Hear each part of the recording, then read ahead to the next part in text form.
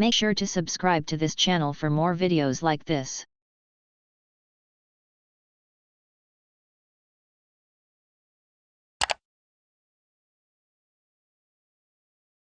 We have our first one coming through, causing the snow right now in Colorado. That's going to dip on down to the south, cause some severe weather, and move out.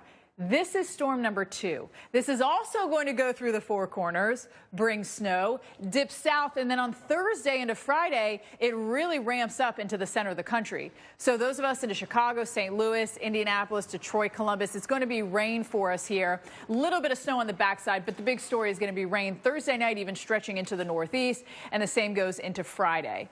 That is going to be system number 2. Then we have system number 3 to talk about that. We'll get to that one in just a little bit. But how much snow is going to fall with this? It's all going to be very light, but it is still the third week in March, and we're talking about snow. I know a lot of you are completely sick of it. Duluth, we stay pretty warm, maybe some snow mixing in, but overall, the UP of Michigan, lower Michigan, portions of Wisconsin, you'll get in on that snow Friday night. Everything is going to be moving east, and right along the border of Canada is where we will see some of that rain-snow mix. How much rain is going to come? 2-3 inches. You're talking about a good amount for some spots here. The GFS also has that heavy rain. So both models are thinking this is going to be quite the event for us here. Indianapolis, you see those temperatures in the 60s. Friday, 55 and rain. Jen, when we're in that 45 to 55 range, you know, with rain, it's always really so uncomfortable. I know. It's not warm. It's not a warm rain, right? You know, temperatures near 70 in rain you can maybe take. Now, we're going to see a lot of rain into the south as well. And a day that we really see more widespread showers all across portions of the Gulf Coast. Look at Louisiana, Mississippi, Alabama. All of our beach locations are going to be dealing with some rainfall here. There is that risk of thunderstorms. Wednesday, we will see it from East Texas through central and southern Louisiana, Baton Rouge, Jackson. I know you guys, you know, after last week's severe weather, you're on guard for any additional severe weather. And we've got that risk. You know, it is end of March after all. Thursday's forecast more widespread. We've got the rain and even some thunderstorms stretching east. I think if we get thunderstorms and how much will determine who gets into that heaviest of rainfall. But it keeps on going into Friday, into the south and east. And look how it adds up. The European model showing us a widespread 3 to 5 or even 5 to 8 inches of rain. We get that because of repeated rounds. And the GFS, while it doesn't have quite as much, still has, you know, a significant amount and actually brings in that bigger amount of rain across northern parts of Mississippi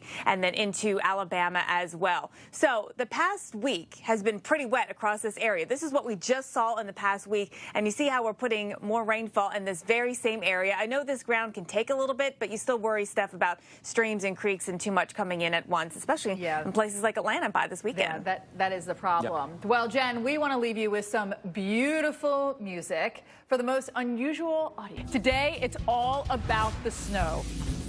Now, this is a welcome sight for the drought-stricken Front Range. Maybe not so welcome for those of you who are sick of plowing it and, you know, picking up with your shovels. Head on AMHQ, the heaviest amount. Who could see more than a foot of fresh powder? Now, as the snow winds down tonight, guess what's going to be ramping up?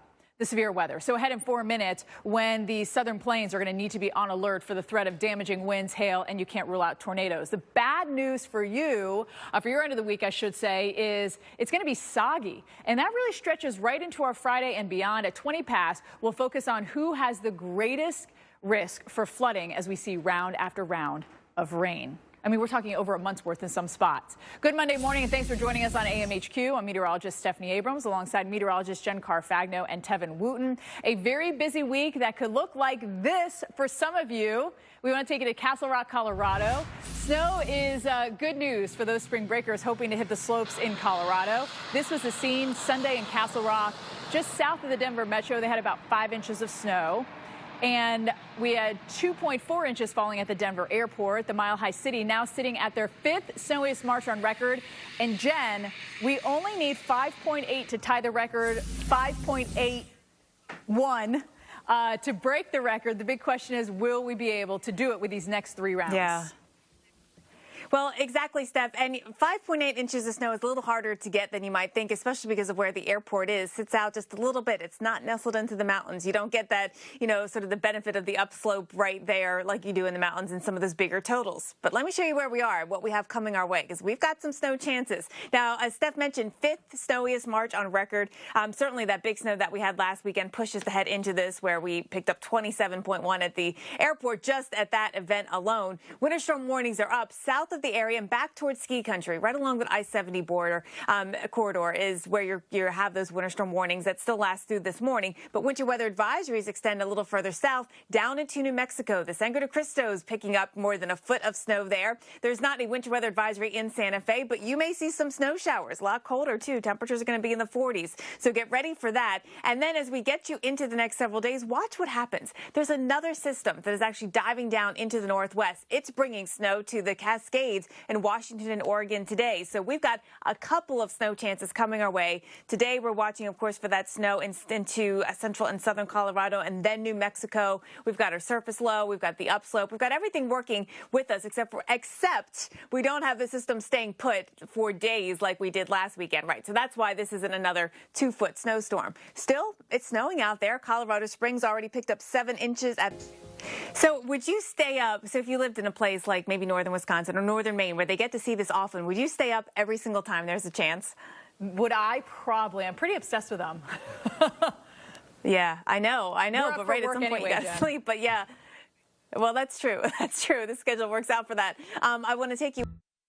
So, Dave, let's talk more about this region because we are getting snow kind of on, backloaded with all that moisture coming in. What did you learn about the rain and the snow melt downriver? Even as their annual income, if it's your annual income that you get from your paycheck, it's just not coming in the way it should. Coming up next, we're going to talk about the battle over the water in the Colorado River. That's next hour.